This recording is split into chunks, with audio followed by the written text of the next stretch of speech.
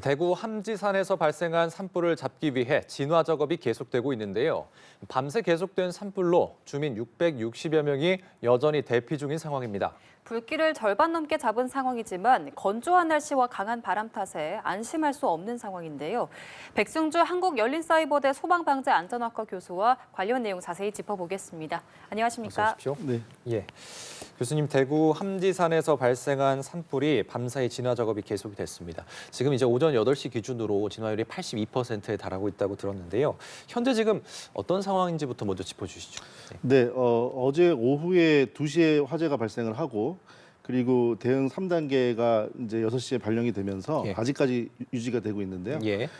그래도 그 밤 사이에 화재가 그 당초 우려대로 확산되지가 않고 또 수리온 헬기의 도움도 컸습니다. 그래서 현재 진화율은 80%, 82% 현재로 알려지고 있는데요. 예. 근데 이제 이게 건축물의 화재처럼 화재의 크기가 가둬지게 한정돼 있는 게 아니고 예. 확산되다 보니까 예. 화재 범위 화선이 넓어지고 있습니다. 예. 그 상태에서 지금 인력이 1,500명, 장비 400여 대 이렇게 투입이 되었는데 예. 현재로서도 82%지만 잔여 이제 살아있는 화선이 2km에 달합니다. 예. 그러니까 애초에 불씨지 하나로 시작된 걸로 생각해 보면 현재 오늘도 매우 큰 대형 산불로의 더 큰 산불로의 확산에 어떤 분수령이 될 수 있는 그런 위험한 날일 것 같습니다. 예. 네. 그래도 이 밤 사이에 진화율이 많이 올라간 데에는 야간 헬기인 수리온 투입도 역할을 했다고 합니다. 네. 그동안 야간에 헬기가 뜨지 못했었는데 이번에는 뜰 수 있었던 이유가 있을까요? 네, 사실 그 야간에 헬기 비행을 한다는 것은 매우 위험하게 되고요. 예. 그리고 산불의 특성상 한 번 이렇게 관찰하는 게 아니고 계속 왕복을 해야 되거든요. 진압을 하려면. 그러니까 이게 사실은 매우 위험한 상황인데 이제 우리 국산 수리온 헬기 같은 경우는 야간 비행에 최적화된 장비, 그러니까 NGV 나이트 비전 고글, 그리고 또 연료 화상 장치까지 하고 또 자동 자세 유지 장치까지 예. 여러 가지 첨단 장치를 갖추고 있어서 또 더군다나 그게 그 산악 지역에 이런 험준한 산역이면은 해서는 안 될 작전이었는데요. 그 도심지 불빛이 강하고 또 그러니까 어느 정도 밝기가 유지가 되고 바람도 잦은 상태여서 두 대가 동시에 밤새 작전을 해서 큰 효과를 얻을 수 있었습니다. 예.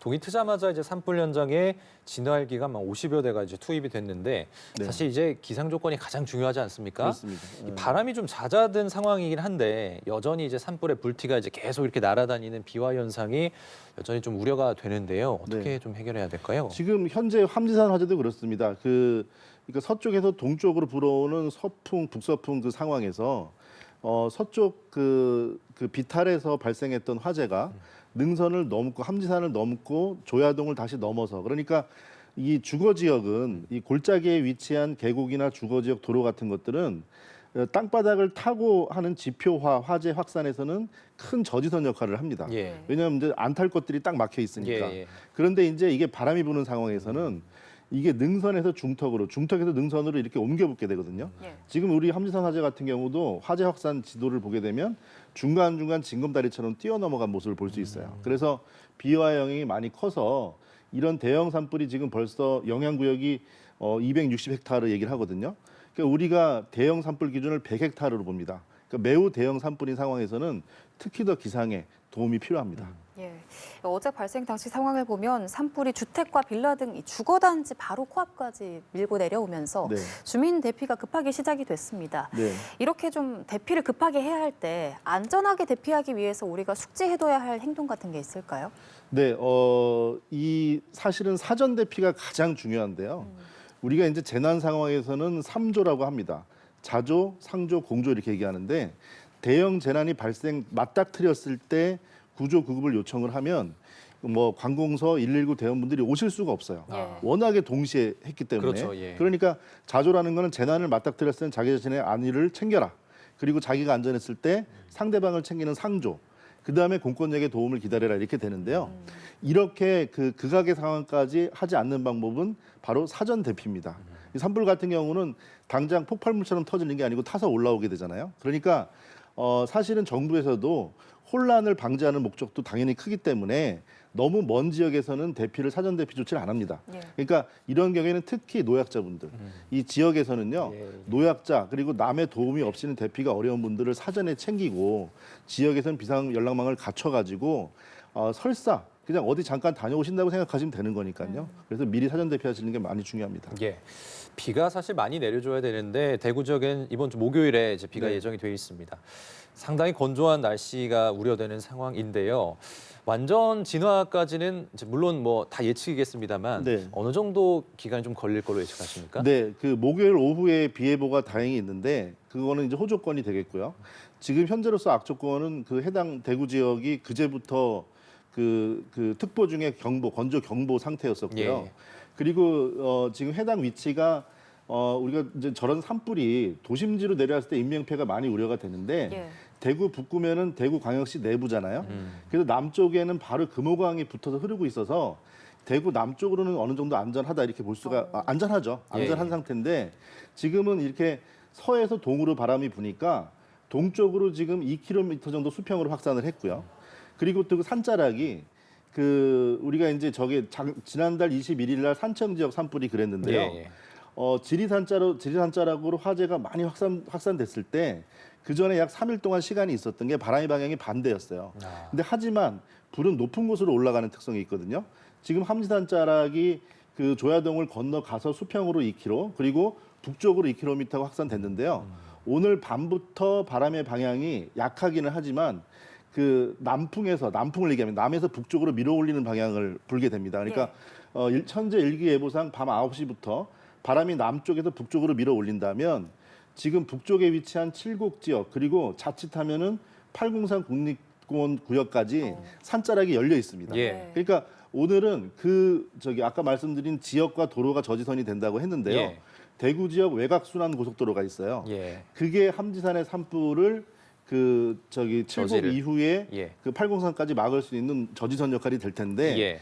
그 이전에 소화하는 게 진압하는 게 매우 중요하기 때문에요. 네. 잔불까지 마무리를 하는 게 매우 중요한 날이라고 봅니다. 예, 오늘이 아무래도 화재 진압의 분수령이 될 것 같은데. 네, 그렇습니다. 네. 네, 그런데 사실 경남 산청과 경북 의성 등에서 산불이 발생한 지 불과 얼마 전에 발생한 거잖아요. 그렇습니다. 네. 그런데 이어서 또다시 이번에 대형 산불이 발생을 했습니다.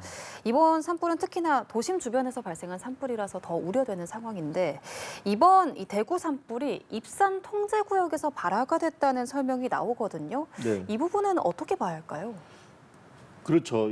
지금 입산 통제 구역에서부터 시작이 된 거는 분명한데 예. 화재의 시작적인 원인은 지금 밝히기가 매우 어려운 상황이고 또 거기가 등산로 같은 것도 아니고 추정되는 부분이 등산도 옆에 샛길 그러니까 뭐 이렇게 공식적으로 다니는 길이 아니고 그냥 사람이 조금 다녀서 예. 다람쥐길처럼 난 길인데요.